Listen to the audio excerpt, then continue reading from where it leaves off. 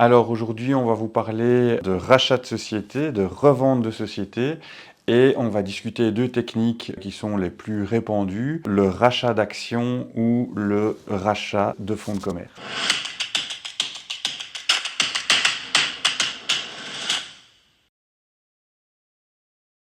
Alors on entend souvent dire, en tout cas en Belgique, que quand on vend sa société, il est préférable de vendre les actions de la société par rapport à vendre le fonds de commerce. Par contre, on entend aussi régulièrement dire que quand on rachète une société, il est peut-être préférable de racheter le fonds de commerce plutôt que de racheter les actions. Pourquoi? Eh bien, je vais essayer de vous expliquer ça simplement. Une société, c'est une entité juridique, c'est une personne juridique, hein, c'est vraiment un ensemble administratif et financier qui vit au jour le jour, qui vit probablement depuis des années ou des dizaines d'années. Et cette personnalité juridique, elle a un historique, elle s'est développée, elle a fait des bénéfices, elle a eu des problèmes juridiques, elle a peut-être eu des problèmes fiscaux, etc. Quand vous allez racheter les actions de la société, vous allez embarquer avec la propriété des actions l'ensemble de l'histoire de l'entreprise. Et donc, si par le passé, il y a eu des problèmes dans l'entreprise, eh bien, quand vous rachetez des actions, vous allez devenir responsable de la gestion de ces problèmes. C'est pour ça que les conventions de rachat, elles sont aussi importantes tant pour le vendeur que pour l'acquéreur. Par contre, là, c'est plutôt d'un point de vue juridique. D'un point de vue fiscal, quand je vends les actions de ma société, je vends ma société 3 millions d'euros, eh bien, si je suis considéré comme un gestionnaire en bon père de famille d'une société que j'ai depuis longtemps, je vends les actions en Belgique, je ne suis pas taxé. J'ai 0 € de taxe. Alors que si je vends le fonds de commerce de mon activité pour 3 millions d'euros, c'est ma société qui va vendre ce fonds de commerce. Eh bien, vu que ce fonds de commerce, a priori, mis à part le stock ou quelques éléments comme ça, dans les comptes de ma société, il n'est pas valorisé, eh bien, je vais être taxé jusqu'à 25% de ces 3 millions d'euros. Donc, au lieu de vendre 3 millions d'euros, avoir ces 3 millions d'euros nets en poche, je vais me retrouver avec 3 millions d'euros moins 25% dans la société, c'est-à-dire 2 250 000.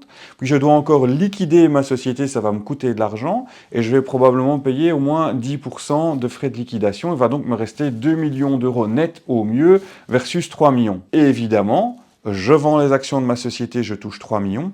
Je vends le fonds de commerce, je touche 2 millions.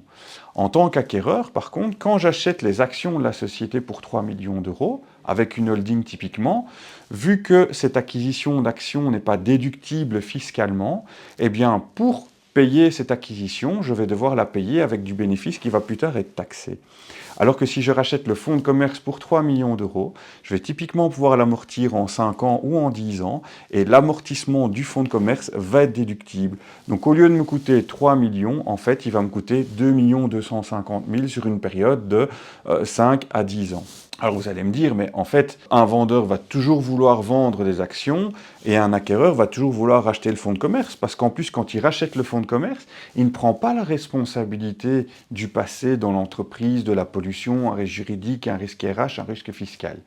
Donc oui, quelque part, c'est vrai, mais l'incitant fiscal est tellement important pour le vendeur, c'est tellement plus simple pour le vendeur qu'on va toujours plutôt se diriger vers une cession d'actions, sauf des cas particuliers.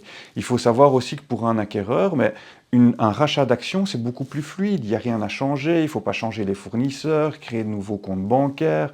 On rachète vraiment la société qui fonctionne de manière régulière et courante, et donc c'est beaucoup plus facile d'un point de vue opérationnel.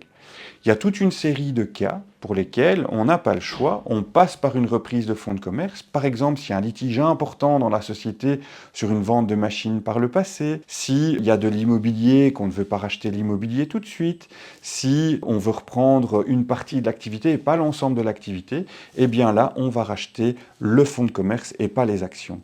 Et là, attention que cette opération est parfois plus complexe à mettre en œuvre qu'un rachat d'actions. On doit en fait prévoir l'opération et tout un modèle, une formule économique qui va nous permettre de bien mettre à gauche et à droite ce qui appartient dès lors aux cédants et aux cessionnaires.